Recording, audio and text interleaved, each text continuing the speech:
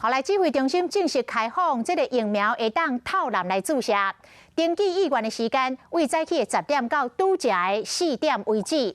第一社主 AZ 年满18岁民众，拢会当就网来登记，会当选 BNT 或者是莫德纳这2种的疫苗来透蓝。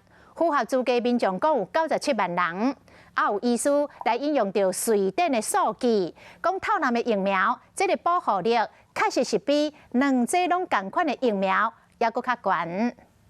意愿登记，然后是BNT 跟莫德纳都可以意愿登记。想要男女子参与排队疫苗，会使家己拣。透早10点1到，民众都来邮局报到。BNT、莫德纳这民众拢真介意，嘛头一摆开放予民众男女子。第一剂开放予注 AZ 疫苗18岁以上的民众，会使照意愿选择想要注的疫苗。大约有97万人符合资格民众拢把握时间，因为意愿登记可能开放6点钟，今仔日透早10点到下晡4点。绝对不可以熬夜哦，这2个礼拜不可以熬夜，熬夜是伤心的啦。来到诊所，目前是注 AZ 疫苗，真侪民众来注，不过嘛有人感觉讲无对着男女子淡薄可惜。我也是想说尽快把疫苗的这2剂打完啊，因为也不太清楚到底自己的体质是不是适合这样混打的一个状况。我是觉得混打跟打 AZ 都可以啊，既然现在疫苗是可以让我们混打，那如果开放混打，那当然是可以开放混打。